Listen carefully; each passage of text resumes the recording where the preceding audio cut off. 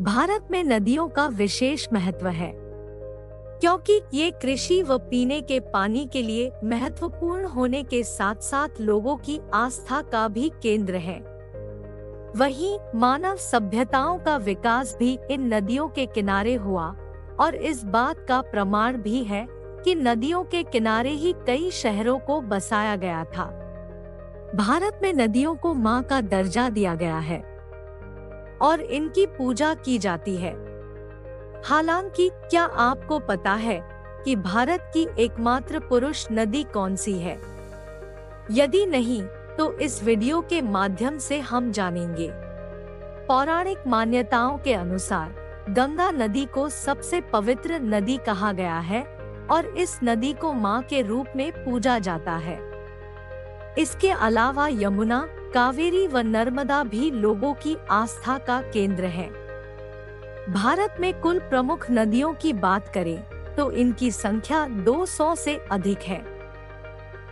हालांकि क्या आपको पता है कि भारत में एक नदी ऐसी भी है जिसे पुरुष नदी का दर्जा दिया गया है और यह सिर्फ एक हिंदू धर्म में नहीं बल्कि 2 अलग-अलग धर्मों में भी पूजी जाती है।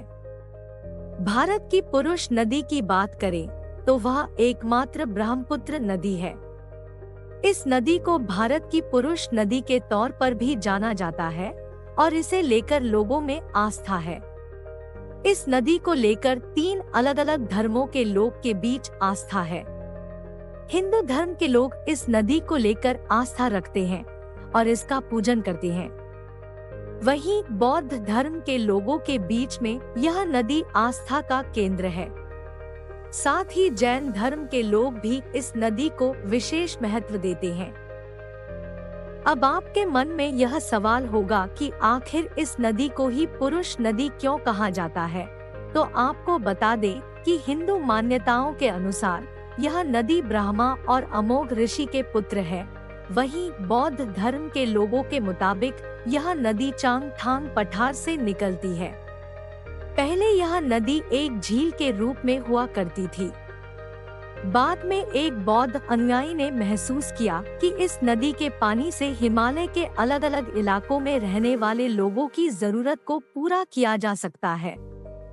ऐसे में उन्होंने नदी के लिए रास्ता का निर्माण किया और इसके बाद से इस नदी को ब्रह्मपुत्र नदी कहा जाने लगा।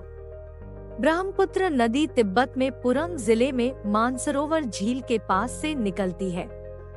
यहाँ से निकलने के बाद यह नदी भारत और बांग्लादेश में बहती है। इस नदी की कुल लंबाई की बात करें तो इसकी कुल लंबाई 2900 किलोमीटर है। ऐसे में कई लोग इसे भारत की सबसे लंबी नदी भी बोलते हैं। ब्रह्मपुत्र नदी को अलग-अलग नाम से जाना जाता है। उदाहरण के लिए तिब्बत में इस नदी को साम्पो, अरुणाचल प्रदेश में डीहा और असम में इस नदी को ब्रह्मपुत्र नदी के नाम से जाना जाता है। वहीं बांग्लादेश में पहुंचकर इस नदी का नाम जमुना हो जाता है। तो दोस्तों, हमें उम्मीद है आपको यह वीडियो पसंद आई होगी। शुक्रिया।